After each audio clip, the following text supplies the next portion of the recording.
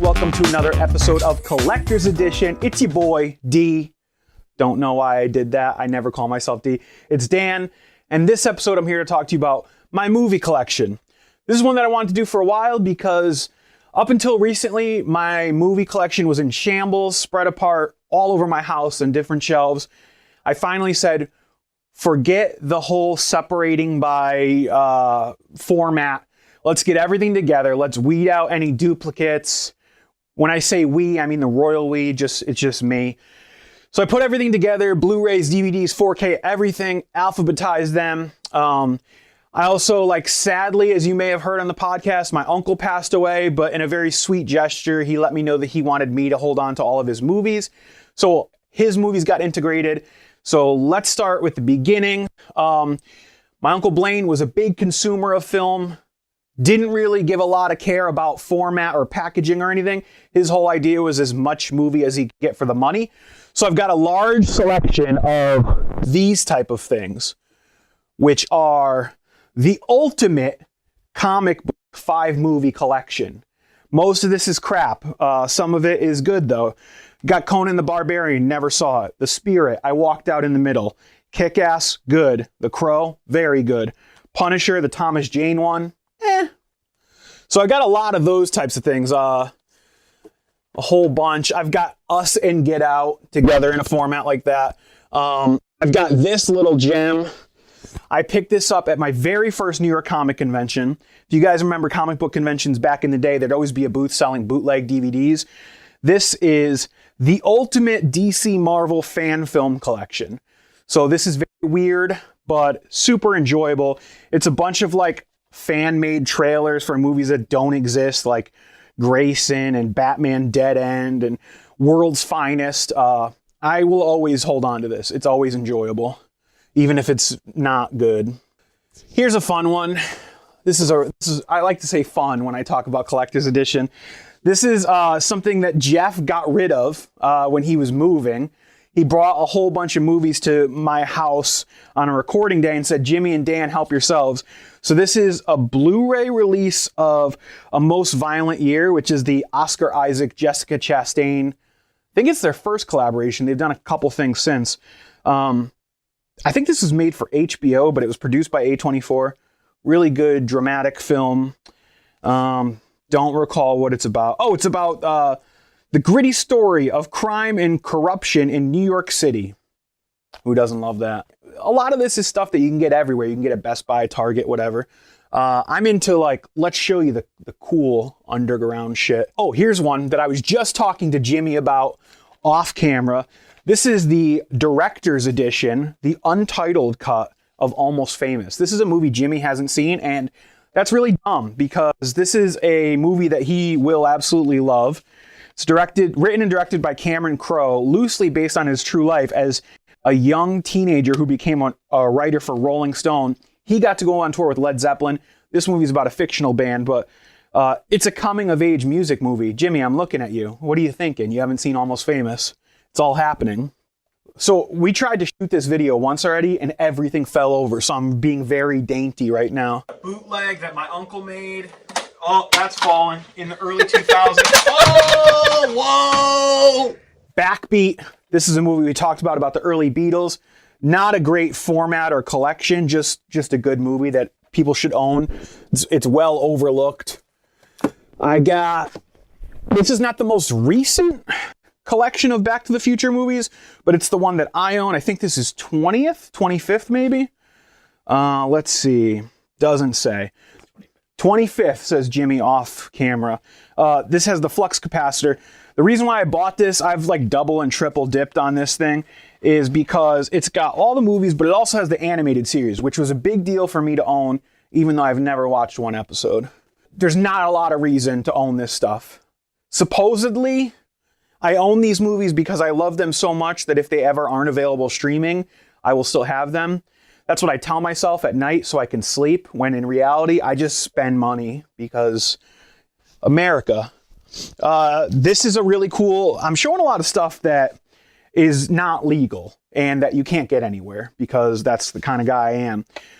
When eBay was first becoming prominent in like the early 2000s, I would say, I went out and bought the Beavis and Butthead complete series. I believe this was like, they had a nickname. King Shit Edition. Thank you, Jimmy. It's the King Shit Edition. So some nerd went online and basically took the best quality available of every Beavis and Butthead episode, because some of them were released on collections, some of them never were.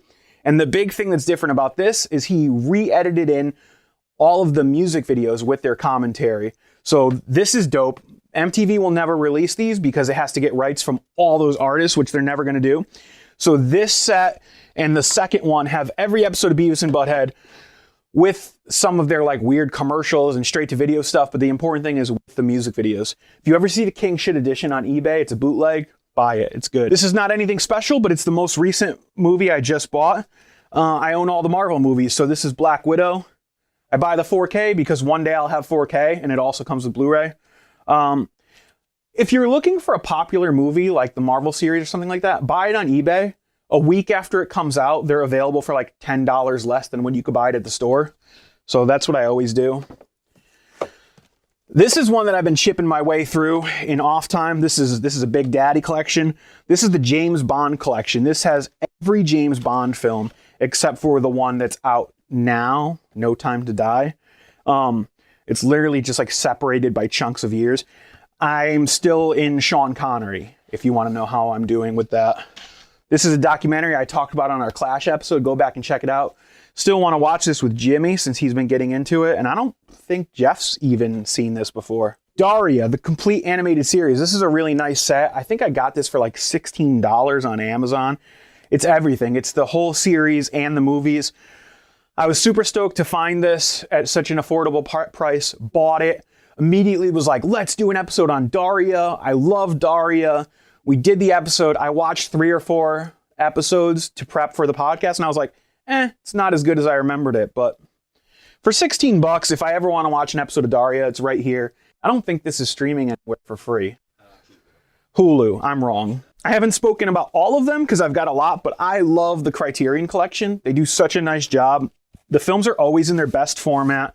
The packaging is always super nice. It's just like, if there's a movie that you're into that's available on Criterion, buy the Criterion version. It's worth the extra money.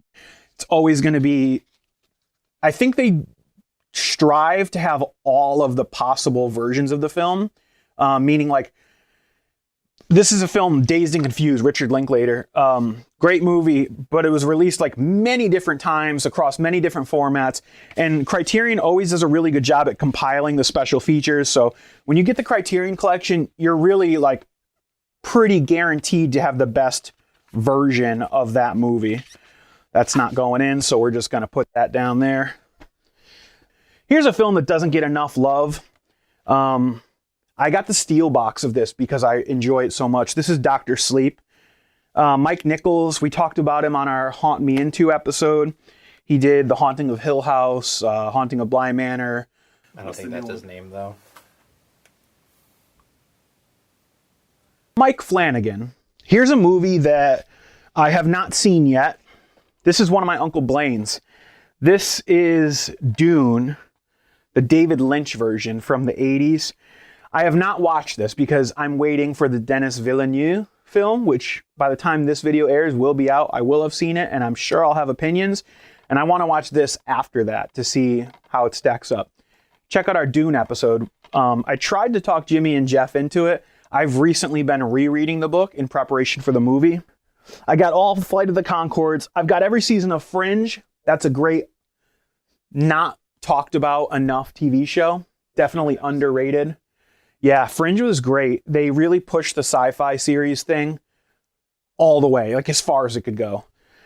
I've got all the Game of Thrones. Those are my Uncle Blaine's. Big Game of Thrones fan. I've got all the Harry Potters. I like concert films. I've got a lot of them. This is the Human Rights Concerts, 1986 to 1998. These are like documentaries, but with a lot of live footage. I got this because it's got every big artist of the 80s and all the way up until the late 90s. A lot of bands that we talked about on Talk Me Into are featured in this set. Bruce Springsteen, Radiohead. I thought the Clash were on here at some point.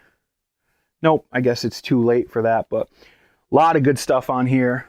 Oh, this is gonna fall. 2000. Oh! The complete Kids in the Hall, the complete series.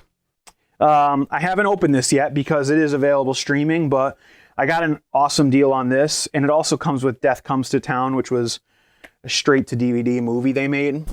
Oh, drop ceilings. Jimmy just recently picked this up on eBay. Haven't watched it yet. Lady Bird, one of Jimmy's favorites. A24 just released the script book of it. I'm surprised Jimmy doesn't own that yet. Too expensive, Jimmy says. Let's see. Lord of the Rings. I mean... Love and Mercy, that's a good one. Yeah, Love and Mercy. It's about Brian Wilson through different points of his life. Mallrats. Oh, here's one that I want to talk about. This is nothing as exceptional as far as the releases. They're actually kind of beat up. I bought them on eBay, but Mad Men. Mad Men was on Netflix for years, and I rewatched this series 3 times on Netflix. Then I heard it was being pulled. I think now it's on Amazon Prime. But I panicked because there was a short period of like 2 months where it was known that it was being pulled from Netflix, but it didn't have a new destination. So I was like, fuck. Sorry, Jim. I was like, shit. I got to get every season of Mad Men because I rewatch this show like every couple years. It's my favorite show. So I have every season of Mad Men on Blu-ray. This is the only copy on Blu-ray that I have of The Matrix. And Jimmy, I just get a good look at that packaging. This is primo stuff. This is a Blockbuster in Naugatuck, Connecticut, where I live, went out of business. My Uncle Blaine at the time was infirmed. He had had a stroke. He needed some cheering up right around the same time. So knowing that my Uncle Blaine is a movie man like I was, I took him on a Blockbuster going out of business shopping spree. And we went through that store and I was like, I have $50. Buy whatever you want. We went through that store and he just picked out, a lot of it is like shit that I donated after he passed away because I was like, I am never going to watch like some weird Russian version of War and Peace with, I don't know, from the 60s. This is one of the ones I kept though. As you can see, this was a 99-cent 5-day rental. I think I purchased it for him for like $3.99. Too bad there's no Blockbusters anymore, but I rated a few of these going out of business sales and I still have a couple of them. The sneaky thing that I did was if I could find just the box and the artwork on eBay, I would buy it because the disc is fine. So some of these are actually Blockbuster going out of business releases.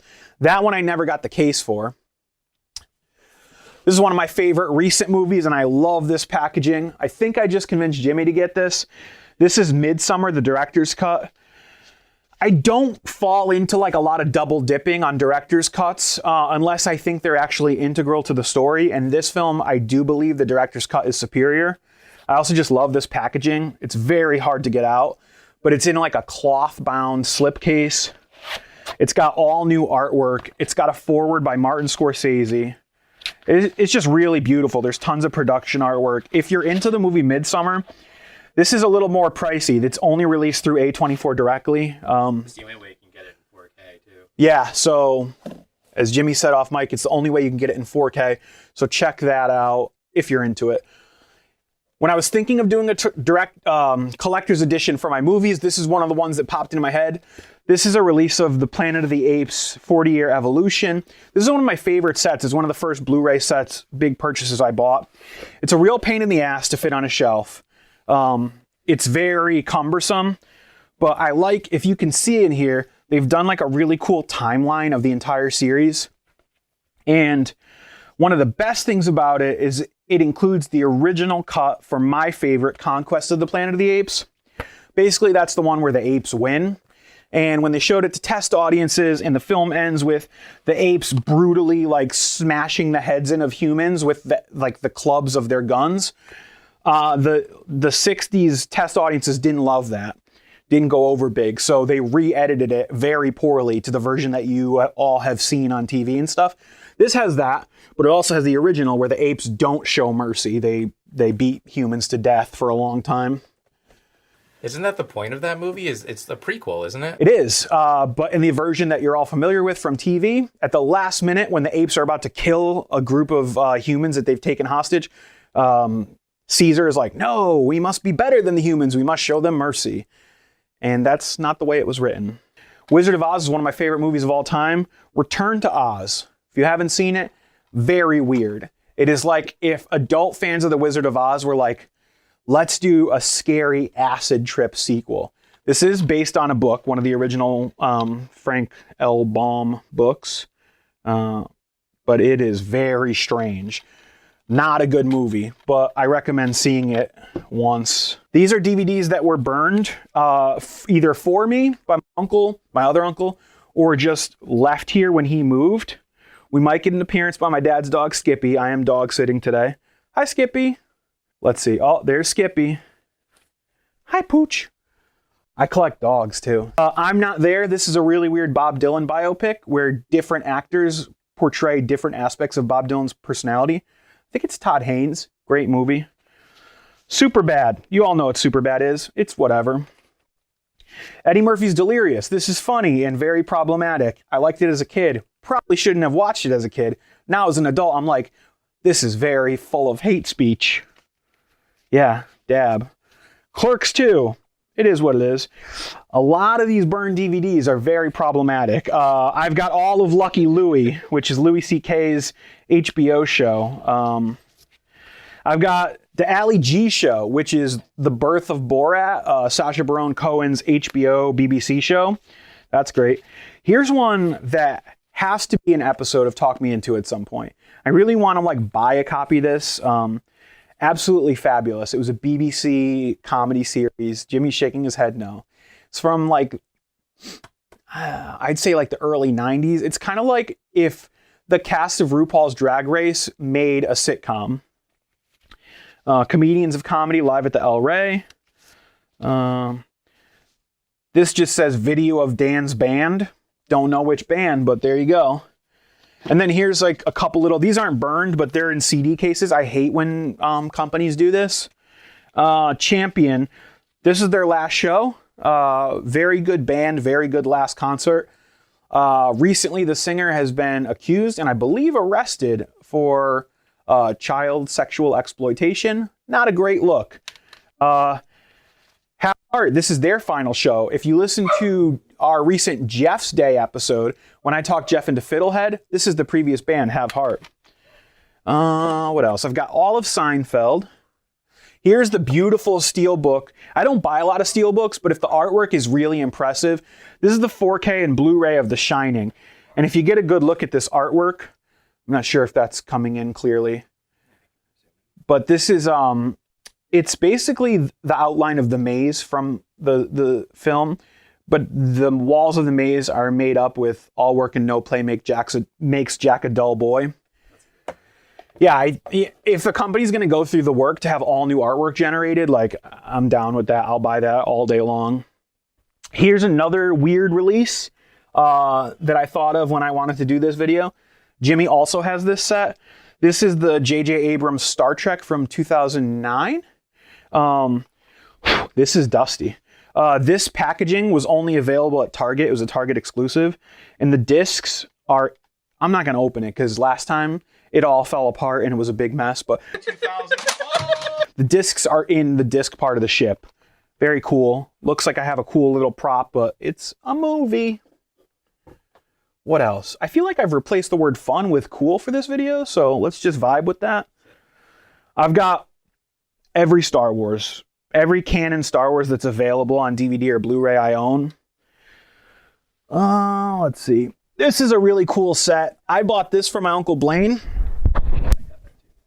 Yeah, Jimmy's got this too. This is Stranger Things Season 1, and it's packaged inside an old worn-out VHS case, which I love. Again, if you're going to go the extra mile, I'll throw some money at it.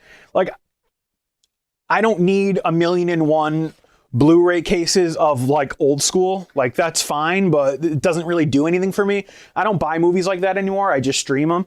But I could stream Stranger Things all day long, but I'll buy that set. That's cool. And I don't think they did any more like this. They did. Oh. Season 2 they did. That might have to happen then on eBay. I don't know if Season 3 did.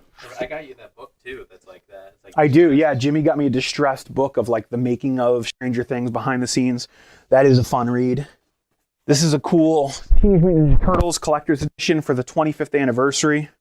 It's packaged inside an overlarge pizza box with sort of like distressed, like 3-color artwork on there. Yeah, it's really cool. And the other thing I really like about it is the films, the discs are pizzas with slices taken out. Kind of a pain in the ass. Like, I'm always really worried when I watch stuff from it that I'm going to like damage the box because it's like a very snug cardboard fit. It feels like every time you open and close it, it's getting more and more destroyed. Oh, you know, so this is just like a little nitpick, but I wanted to point this out. I hate when companies start doing releases in one format and then change them. This is the Upright Citizens Brigade, the complete first season.